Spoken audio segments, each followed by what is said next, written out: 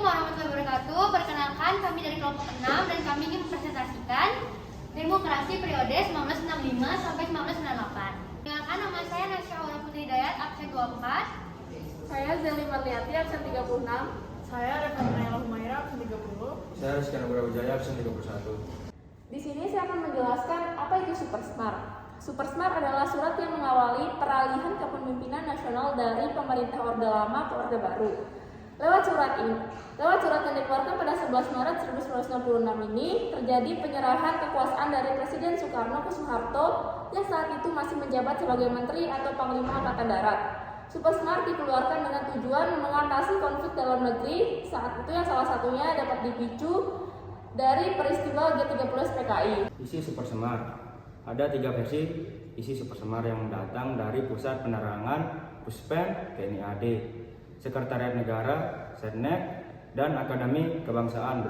Berikut ini ada beberapa Supersmart. Mengambil segala tindakan yang dianggap perlu untuk terjaminnya keamanan dan ketenangan serta kestabilan jalannya pemerintahan dan jalannya revolusi, serta menjamin keselamatan pribadi dan kewibawaan pemimpin panglima tertinggi atau pemimpin besar revolusi atau mandataris MPRS demi untuk keutuhan bangsa negara. Yang kedua, mengadakan koordinasi pelaksanaan pemerintahan dengan panglima angkatan lain dengan sebaik-baiknya. Yang ketiga, supaya melaporkan segala sesuatu yang bersangkut paut dalam tugas dan tanggung jawabnya seperti disebut di atas. Yang pertama, pembubaran Partai Komunis Indonesia atau PKI. Yang kedua, pembersihan Kabinet Dwi Korah dari unsur-unsur yang terlibat G30S. Yang ketiga, penurunan harga. Jadi saya akan menjelaskan tentang politik luar negeri. Wujud dari pelaksanaan politik luar negeri bebas dan aktif pada masa Orde Baru dengan melakukan langkah-langkah sebagai berikut. Yang pertama, menghentikan politik konfrontasi dengan Malaysia. Yang kedua, Indonesia kembali menjadi anggota Perserikatan Bangsa-Bangsa. Yang ketiga, Indonesia ikut memprakarsai terbentuknya sebuah organisasi kerjasama di kawasan Asia Tenggara. Di sini saya akan menjelaskan apa itu Nawaksara. Nawaksara adalah sebuah judul pidato yang dilakukan Soekarno pada tanggal 22 Juli 1996 pada sidang MPRS keempat. Disampaikan oleh Presiden Soekarno sebagai pertanggungjawaban atas sikapnya terhadap gerakan 30 September. Pidato pertanggungjawaban Soekarno ini ditolak oleh MPRS dan sebaliknya MPRS memutuskan untuk memberhentikannya dari jabatannya sebagai presiden seumur hidup dan mengangkat Jenderal Soeharto sebagai penggantinya. Selanjutnya, saya akan menjelaskan sistem pemerintahan.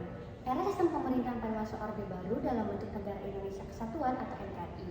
Sistem pemerintahan presidensial bentuk pemerintahan Republik dan UUD 1945 sebagai dasar konstitusi atau undang-undang yang berlaku. Pada periode ini, Presiden Soeharto itu sebagai tokoh utama Orde Baru dipandang rakyat sebagai sesosok pemimpin yang mampu mengeluarkan bangsa ini keluar dari keterpurukannya.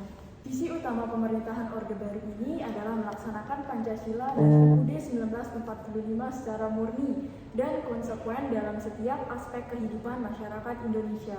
Periode pemerintahan ini muncul setelah gagalnya gerakan 30 September yang dilakukan oleh PKI. Landasan formil periode ini adalah Pancasila, UUD 1945, serta ketetapan-ketetapan MPRS. Selanjutnya saya akan menjelaskan dari isi MPRS. Yang pertama itu ketetapan MPRS nomor 9 tentang pengukuhan surat perintah 11 Maret. Yang kedua, ketetapan MPRS nomor 25 tentang pembubaran PKI dan ormas-ormasnya serta larangan penyebaran ajaran anarkisme, kolonialisme di Indonesia. Yang ketiga, ketetapan MPRS nomor 23 tentang pembaruan landasan kebijakan ekonomi, keuangan, dan pembangunan. Yang keempat, itu ketetapan MPRS nomor 13 tentang pembentukan Kabinet Ampera yang ditugaskan kepada pengemban TAPS MPRS nomor 9. Selanjutnya saya akan menjelaskan tentang pelaksanaan demokrasi.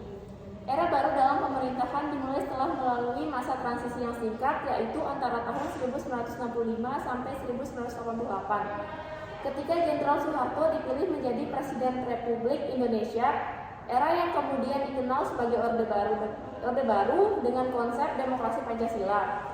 Presiden Soeharto sebagai tokoh utama Orde Baru dipandang rakyat sebagai sosok pemimpin yang mengeluarkan bangsa ini keluar dari keterpurukan. Hal ini dikarenakan beliau berhasil membubarkan PKI yang ketika itu dijadikan musuh utama negeri ini. Sekian dari kelompok kami. Mohon maaf bila ada kata yang salah dan kurang. Kami mengucapkan terima kasih.